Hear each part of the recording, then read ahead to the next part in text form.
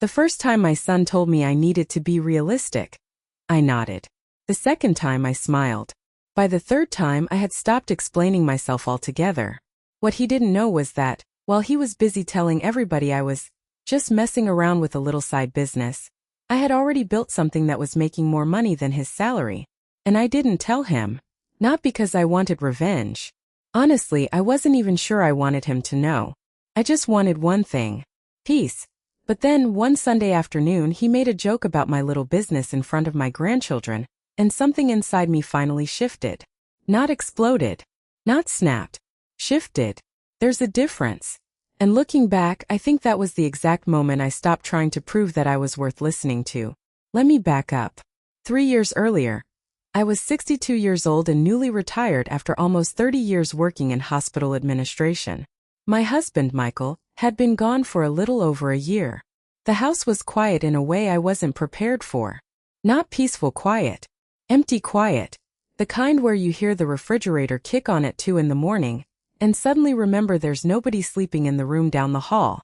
My pension covered the basics. Mortgage. Utilities. Groceries. A little something for emergencies. But I wasn't exactly rolling in money. And my son Evan had always been the kind of person who believed that if something wasn't part of a traditional career path, it probably wasn't serious. He worked in corporate sales. Nice salary. Nice car. Nice house. He liked talking about investments and networking and building wealth. And to be fair, he was good at what he did. But somewhere along the way, being successful had become part of his personality. He needed to be the person in the room who knew what he was talking about. I first noticed it after I mentioned an idea at dinner. I had been thinking about helping small businesses organize their administrative paperwork. Nothing glamorous. Invoices. Scheduling. Client records. Basic bookkeeping. Things I'd been doing in hospitals for decades. Evan laughed. Not cruelly. That would have actually been easier. It was the casual laugh. The one people give when they think you're being adorable. Mom, he said. You know that's basically what those online assistants do, right? I remember looking at him. I'm aware. He smiled. I'm just saying there's a lot more to running a business than making spreadsheets. His wife, Megan, laughed from across the table. And then Evan added, besides, you're retired. Enjoy it. That sentence stayed with me. Not because it was insulting, because he said it like retirement meant I was finished. Like I'd reached some invisible expiration date. I didn't argue. I just finished my coffee. The next morning I opened my laptop. I found a short online course about bookkeeping for small businesses. It cost $89. I signed up. I didn't tell Evan. I didn't tell Megan. I didn't tell my daughter Claire either. Actually, I didn't tell anybody. And that turned out to be one of the smartest decisions I ever made. Because when nobody knows what you're building, nobody gets a vote. For the first few weeks I was terrible. I'm not going to lie. I watched the same lessons twice. Sometimes 3 times. I wrote notes on yellow legal pads because apparently I am still that woman. I made mistakes. I corrected them. I learned. Then I found 3 local business owners who needed help keeping their books organized. One owned a landscaping company. One ran a small dental office. And the third had a little construction business. I charged almost nothing. I told myself I was gaining experience. But something interesting happened. They kept referring me to other people. 1 client became 3. 3 became 7. 7 became 15. And by the end of my 4th month, I was bringing in around $2,700 a month. I stared at the number on my screen for probably 5 minutes. Then I laughed. Not because it was a fortune. It wasn't. But because I remembered Evan saying, there's more to running a business than making spreadsheets. Maybe there was. But I was learning. And I was getting better. By month 8, I was making just over $6,000 a month. That's when I hired my first part-time assistant. She was a college student named Lily who worked evenings and was unbelievably organized. I paid her $18 an hour. She handled scheduling and routine client emails while I focused on the actual bookkeeping. For the first time since Michael died, I had something I looked forward to every morning. I had somewhere to be. Even if somewhere was my kitchen table. I had people depending on me. And I had this strange little feeling that I wasn't done yet. Still, I kept my mouth shut. because I knew exactly what would happen if I told Evan. He'd ask about revenue, then expenses, then taxes, then whether it was actually sustainable.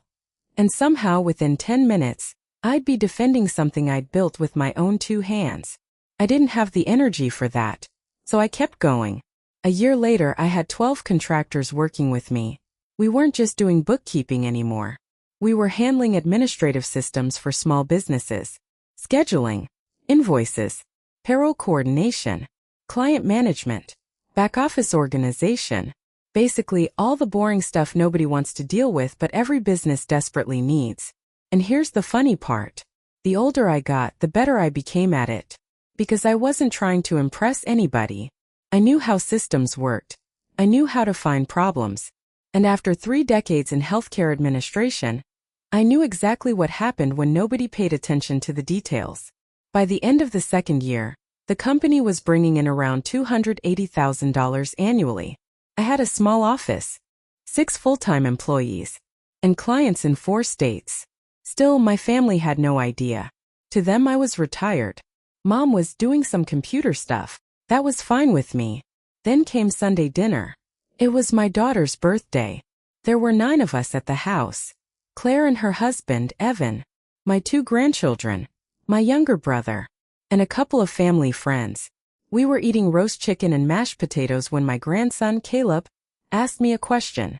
"Grandma, why do you always go upstairs after breakfast?" I smiled. "Work." He looked confused. "You still work?" Before I could answer, Evan laughed. "Grandma has her little spreadsheet empire." Everyone chuckled. I smiled too. But Caleb looked at me seriously. "What do you actually do?" And before I could answer, Evan jumped in again. "She helps a few small businesses with paperwork." A few. I looked across the table at him. He didn't even know. Claire smiled awkwardly. "Mom has been really busy lately." Evan shook his head. "Honestly, I keep telling her she should just enjoy retirement." Then he looked at me. "Right, Mom?" There it was. That familiar tone. That little smile. The smile that said he already knew what I was going to say. Something about that moment felt different. Maybe because Caleb was watching me. Maybe because I'd spent 2 years quietly building a company, while everyone around me still thought I was sitting upstairs playing with spreadsheets. Or maybe I was simply tired. So I put my fork down.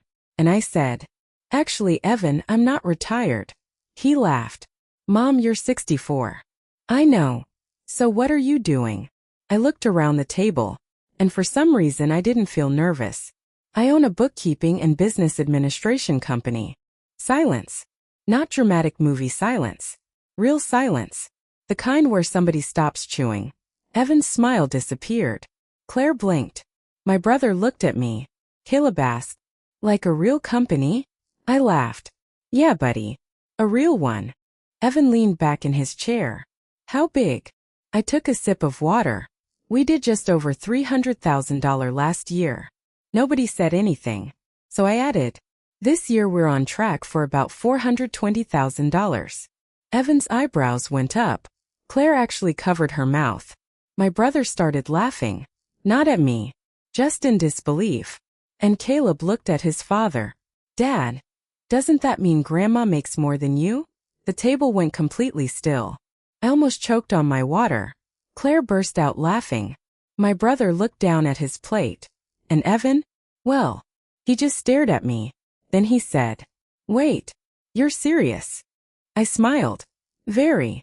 He started asking questions. How many clients? How many employees? What software? How did I find customers? How did I handle taxes? Did I have an LLC? Did I have insurance? Suddenly, the thing he'd called my little spreadsheet empire was interesting. Very interesting. And I'll be honest, part of me enjoyed that. Not because I wanted him embarrassed, but because for 2 years I'd been sitting at family dinners listening to people talk about my life as if they understood it. They didn't. Nobody did. And that night, for the first time, I didn't feel the need to correct them.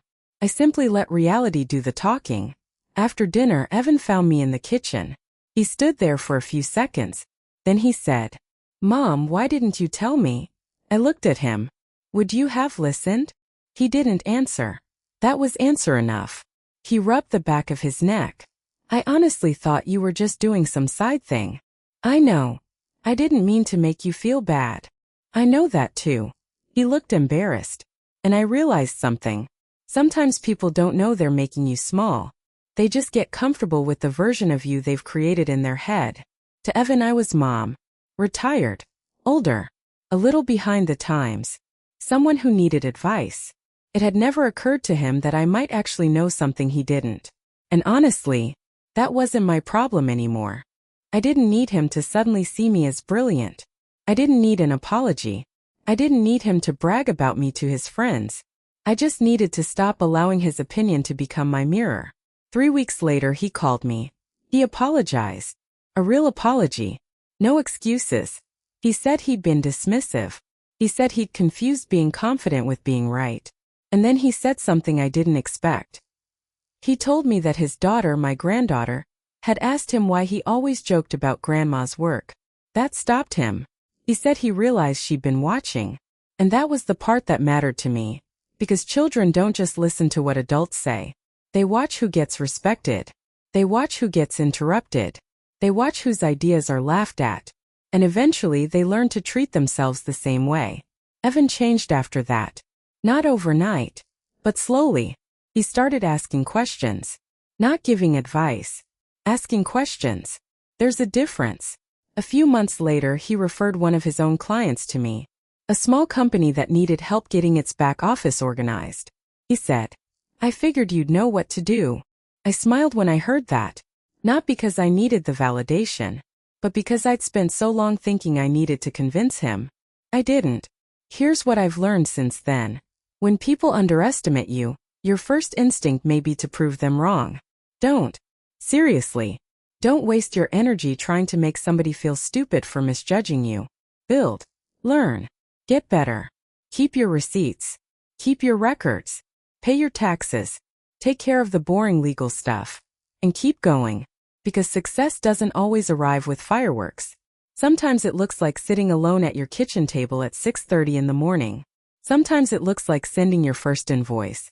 Sometimes it's a $89 course you almost didn't buy.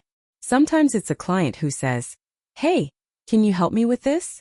And sometimes it's a family member laughing because they have no idea what you're actually building. Let them laugh. You don't have to announce every seed you're planting. Some things grow better in private. And there is something incredibly peaceful about reaching the point where you don't need everybody in the room to understand you. You understand you. That's enough. The following Thanksgiving, Evan came early. He helped me set the table. My granddaughter sat beside me and spent almost an hour asking questions about how my company worked. Then she looked at me and said, Grandma, I think I want to have my own business someday. I smiled. Then you should. She asked, even if people think it's silly? I looked across the table at Evan. He smiled. Especially then, I said. And that was it. No big speech. No revenge. No dramatic victory. Just a woman sitting at her own table. In her own home, surrounded by people she loved. Finally understanding something she'd spent years forgetting. I had never needed permission to become someone new. I just needed to stop waiting for somebody else to believe I could. They thought I was playing with spreadsheets. I was building a life. And this time I was building it for me.